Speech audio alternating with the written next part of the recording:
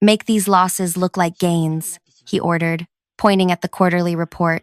I felt my throat tighten as Barrett's words hung between us. The financial statements spread across my desk told the real story. Our flagship product had failed 3 safety tests in a row, costing millions in redesign expenses. Now, our new CFO wanted me to hide it, but the numbers show clear development setbacks, I managed. The investors will eventually— Not your concern, Audrey. Barrett adjusted his gold cufflinks.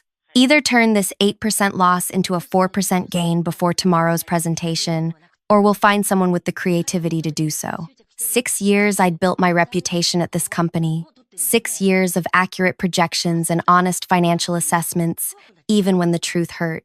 Now this man, barely 3 months with us, was threatening my career unless I committed fraud. You're asking me to falsify financial statements to federal investors, I said quietly. I'm asking you to present our situation optimistically. His smile never wavered.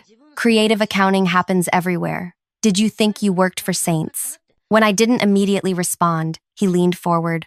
Remember that promotion you've been chasing? The senior financial analyst position? Help me with this small adjustment, and I'll make sure the executive team recognizes your team spirit. And if I refuse, then I'll have to question whether you're the right fit for our forward-thinking culture. He tapped the report. Decision by morning. I need time to rehearse with the adjusted figures.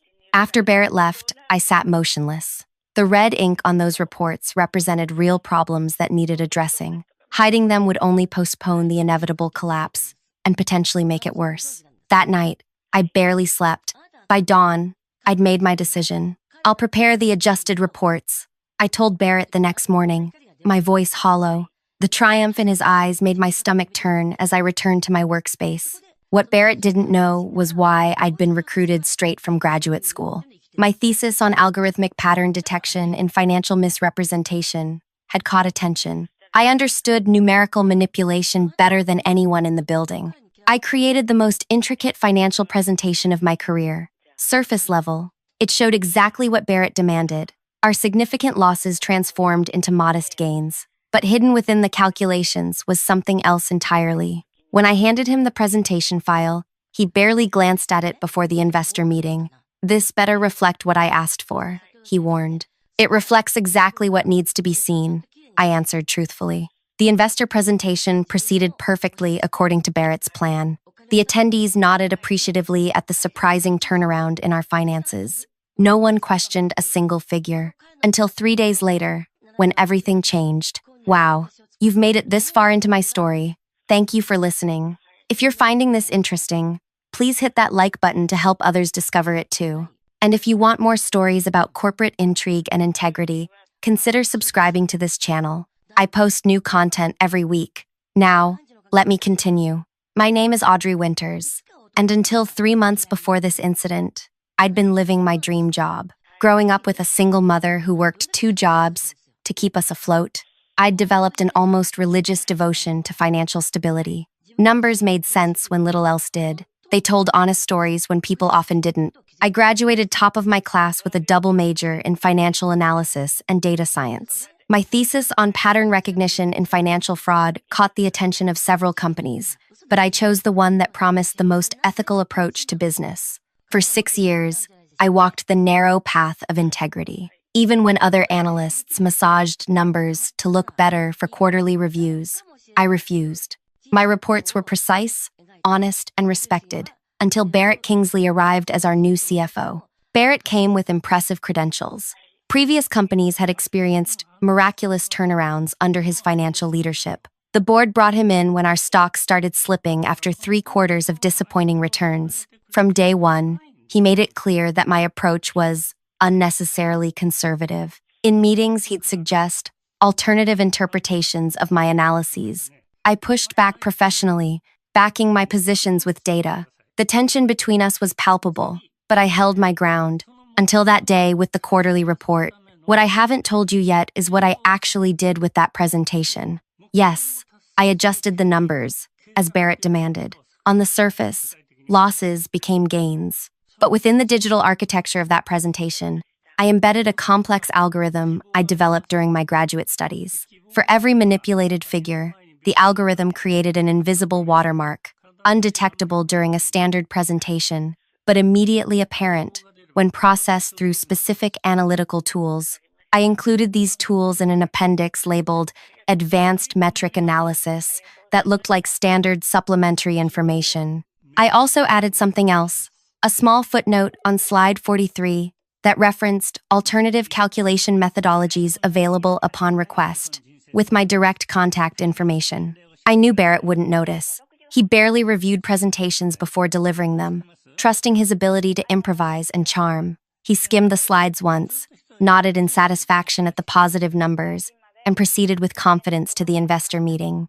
What happened next unfolded with the precision of a mathematical proof. 3 days after the presentation, I received an email from Helena Brandt, one of our major investors, who specialized in tech analytics. She requested a meeting to discuss my alternative calculation methodologies. Barrett wasn't copied on the email. When I arrived at the coffee shop Helena suggested, I found not just her, but 2 other investors and a woman I didn't recognize. Audrey, Helena began after introductions. I ran your presentation through our proprietary analysis tools. Something interesting emerged. She turned her laptop toward me, showing the hidden patterns I'd embedded. These appear to be intentional markers of data manipulation. Care to explain? My heart hammered in my chest. This was the moment I'd both feared and anticipated. Those markers identify where the original data was altered to present a more favorable outlook than reality supports. And you included these markers deliberately? Asked Ramesh, another investor. Yes. Why not simply refuse to alter the data? The unknown woman asked. She hadn't given her name during introductions, but her attire screamed federal regulatory agency. Because I needed evidence of the pattern, I replied.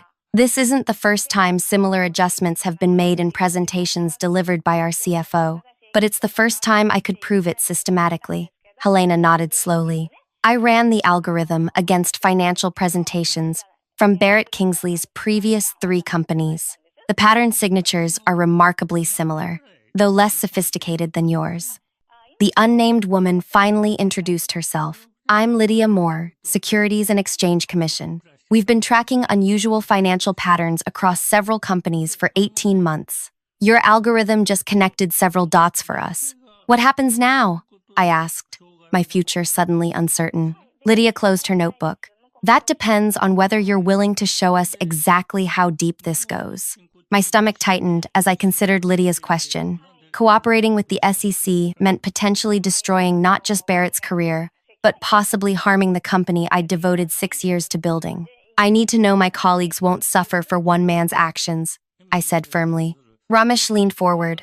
We're investors because we believe in your company's vision. We want it to succeed legitimately, not through manipulation. What you've uncovered may be just the surface, Helena added. If your CFO has been systematically misrepresenting financial data, there could be deeper issues. Better to address them now than after a collapse. I took a deep breath. I'll help, but I need protection. Lydia handed me her card. We can arrange whistleblower status. It includes confidentiality and legal shields. Call this number tomorrow to begin the process. Over the next 2 weeks, I lived a double life. By day, I performed my usual duties, pretending nothing had changed. Barrett seemed pleased with me, even hinting at that promotion. By night, I met with Lydia's team, providing years of financial data and teaching them how to decode subtle manipulations. What we uncovered was staggering. Barrett hadn't just misrepresented our current quarter. He'd been systematically building a house of cards throughout his career. His pattern was brilliant in its simplicity. Join struggling companies, create illusory turnarounds through accounting tricks, attract new investment, then move on before the inevitable collapse. He's hit at least 4 companies before yours, Lydia explained during one late-night meeting, each time following the same playbook. Why hasn't anyone caught him before? I asked. Because nobody had your specific expertise to identify his numerical fingerprints. His techniques evolve slightly with each company, but your algorithm detected the underlying pattern. The investigation remained confidential, but living with this knowledge, while smiling at Barrett in hallways, became increasingly difficult. Then came the breaking point. Barrett called me into his office 3 weeks after the investor presentation. Audrey, Our investors were so impressed with last quarter's turnaround that they're considering a substantial new investment round. That's good news, I managed. Based on your exceptional work with those figures, I'm putting you in charge of preparing all future investor presentations. His smile seemed genuine. Consider this your promotion to senior financial analyst, effective immediately, with a 30% salary increase. He was rewarding me for committing fraud. Worse, he was positioning me to become his accomplice in an ongoing scheme. Thank you for this opportunity, I said, hoping my voice wouldn't betray me. I'm looking forward to applying my unique approach to future reports. I knew you'd come around to seeing the bigger picture, Barrett said, clapping my shoulder. Sometimes we need to help others see the company's potential, even if it means creative interpretation. That night, I called Lydia. They're planning a new investment round based on fraudulent numbers. We need to move faster. We're not quite ready, she cautioned. We need concrete proof linking Barrett to direct knowledge of the manipulations. Right now, he could claim he was just presenting numbers you prepared. He specifically instructed me to falsify the data. Verbal instructions in a private meeting. Your word against his. And he has the reputation and position of power. We need something irrefutable. I thought for a moment. What if I could get him to incriminate himself, provide the evidence you need? That would accelerate our timeline significantly. I'll find a way, I promised. The next morning, I requested a meeting with Barrett to discuss methodology for upcoming projections. When we were alone in his office, I carefully placed my phone on his desk, appearing to set it aside casually while activating the recording function. I've been reviewing our approach for the new investment round, I began. I want to clarify exactly how you'd like me to adjust the current figures. Barrett leaned back in his chair. Similar to last time, we need to show consistent growth. The manufacturing delays are temporary, but investors don't need those details yet. So convert the current 9% loss into something positive again? Exactly. Show them 5% growth minimum. Use whatever methods necessary. I pretended to take notes while my phone captured everything. Just to be clear, we're again presenting figures that don't reflect our actual financial position, misrepresenting our losses as gains. He gave me an impatient look. Audrey, we've been through this. The actual numbers are just raw materials. Our job is to shape the narrative. Once new investment comes in and our production issues resolve, the real numbers will catch up to our projections. And if they don't, then we adjust again. This is how business works at this level. The small-minded focus on quarterly precision. Leaders focus on long-term vision. And sometimes that requires managing perceptions along the way. I understand completely now, I said, gathering my things, including my phone with its damning recording. I'll have the preliminary figures ready for your review tomorrow. As I stood to leave, Barrett added, this conversation stays between us, obviously. Some people still cling to outdated notions about absolute transparency. Of course, I replied. Absolute discretion. I walked out with exactly what the SEC needed. But that evening, everything took an unexpected turn. My apartment door was slightly ajar when I returned home. Inside, I found someone had searched through my possessions with surgical precision. Drawers partially open. Laptop moved slightly from its usual position. Nothing appeared missing, but the message was clear. Someone knew what I was doing. My first instinct was to call Lydia, but something stopped me. What if Barrett wasn't working alone? What if someone at the SEC was feeding him information? I needed to be careful. I slept at a hotel that night. My phone turned off. The recording backed up to an encrypted drive. In the morning, I went directly to Helena Brandt, the investor who had first discovered my embedded algorithm. Someone searched my apartment.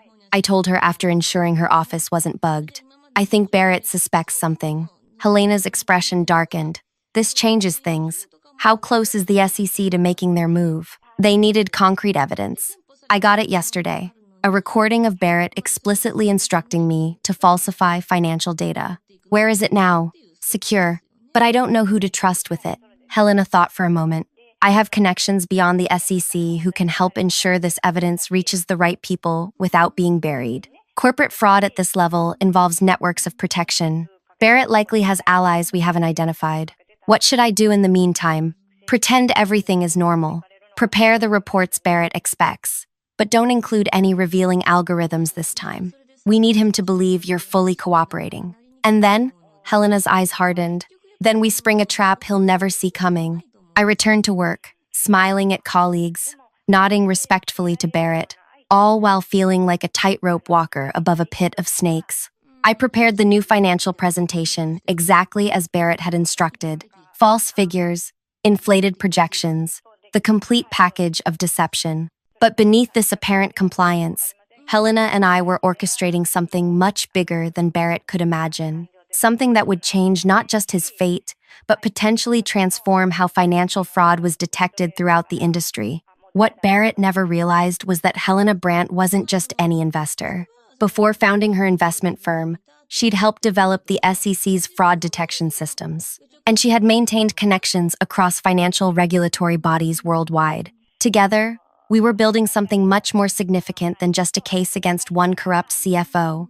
We were creating a framework to identify similar patterns across the entire market.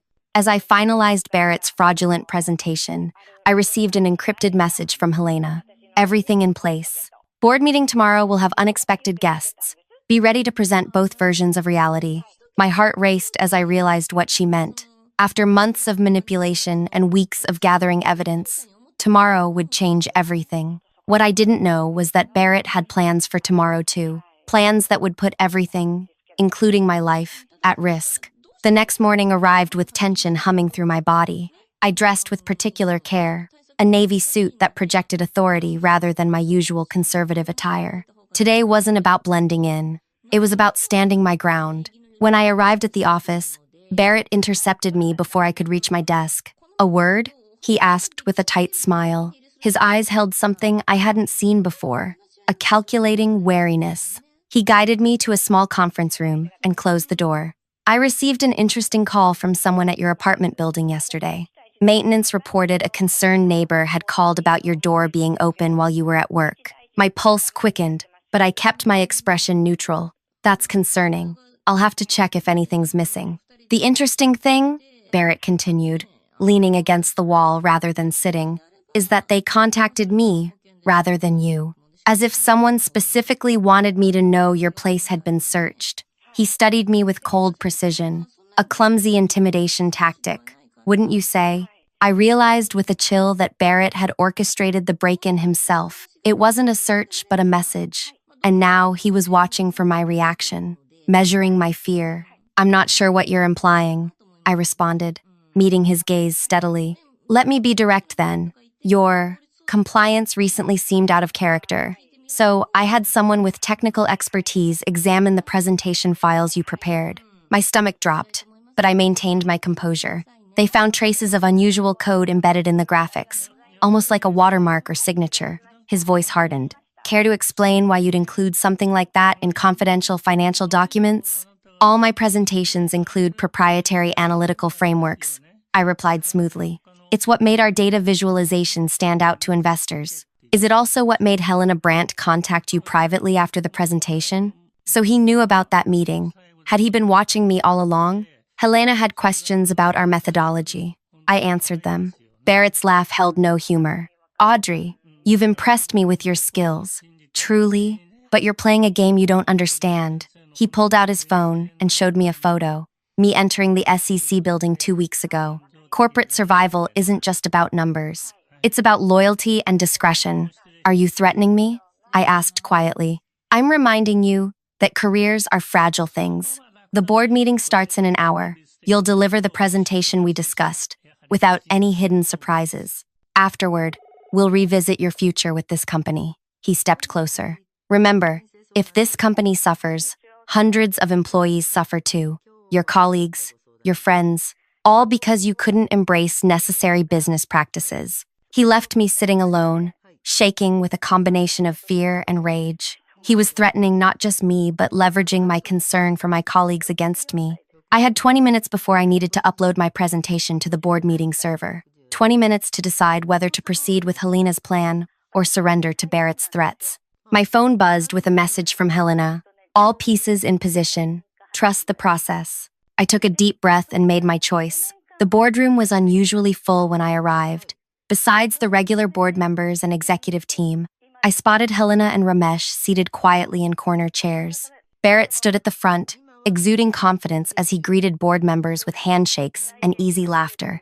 When he saw me, he gestured to the computer station. Audrey will be walking us through the financial projections for our next funding round, he announced.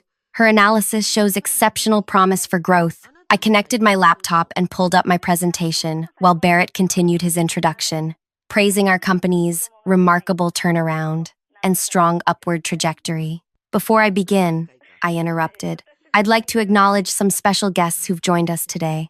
Barrett turned, a flicker of uncertainty crossing his features as the boardroom door opened again. Lydia Moore, from the SEC, entered, accompanied by two colleagues. "What's this about?" the board chair asked, looking between me and the newcomers. "These individuals from the Securities and Exchange Commission have some questions about our financial reporting practices," I explained, my voice steadier than I expected. Barrett's face flushed with anger. "This is highly inappropriate. We haven't been notified of any regulatory review." "Whatever. Misunderstanding." "It's no misunderstanding," Lydia stated calmly. "We're here following a formal investigation into financial misrepresentation across multiple companies, including this one." Barrett composed himself quickly. "I assure you, our financial reporting follows all regulatory guidelines. If there are questions, our legal team should be present before any discussion proceeds." "Actually," I said, turning to face the board, "I believe I can address the central issue directly." I pressed a button on my laptop, and the display screen split into two identical-looking presentations. On the left are the actual financial figures for our company this quarter. On the right are the adjusted numbers Mr. Kingsley instructed me to present to you today. The room fell silent as board members leaned forward, comparing the dramatically different figures. "This is absurd," Barrett sputtered. "Audrey has clearly manipulated these documents too." "To show the truth," Helena interjected. "As a major investor, I commissioned an independent audit after noticing discrepancies in recent presentations. The results corroborated what Miss Winters discovered. And we have this," Lydia added, playing the recording of my conversation with Barrett, explicitly instructing me to falsify financial data. Barrett's face drained of color as his own voice filled the room. "Show them 5% growth minimum. Use whatever methods necessary." What followed was the most extraordinary board meeting in company history. Barrett attempted to portray me as a disgruntled employee tampering with his legitimate work, but the evidence was overwhelming. The pattern of manipulation extended back through his previous positions. All companies that had initially reported remarkable turnarounds under his leadership, only to collapse months after his departure. "This isn't just about one company or one CFO," Lydia explained to the stunned board. "Mr. Kingsley's methods represent a pattern we're seeing across multiple industries. Short-term manipulations that create artificial value, attract investment, and leave devastation in their wake." The board placed Barrett on immediate administrative leave pending a complete investigation. Security escorted him from the building while he protested his innocence and threatened lawsuits against everyone involved. But the most profound moment came after Barrett's departure, when I stood alone before the board with the true financial figures displayed behind me. "These numbers aren't what any of us hoped for," I acknowledged. "Our product development has faced significant challenges, and our costs have exceeded projections. But these honest figures also show something important. Our core technology still has tremendous potential. We just need to address the actual problems, rather than hiding them." To my surprise, the board chair nodded. "Integrity in financial reporting isn't just a legal requirement. It's the only way to make sound business decisions." "Miss Winters, would you walk us through your actual assessment of our position and what you believe we should tell investors?" For the next hour, I presented the unvarnished truth about our company, the good, the bad, and the potential pathways forward. When I finished, the room remained quiet for several moments. "This won't be an easy road," the chair finally said, "but it's the right one. The board thanks you for your courage, Miss Winters." 3 months later, our company held an emergency investor meeting.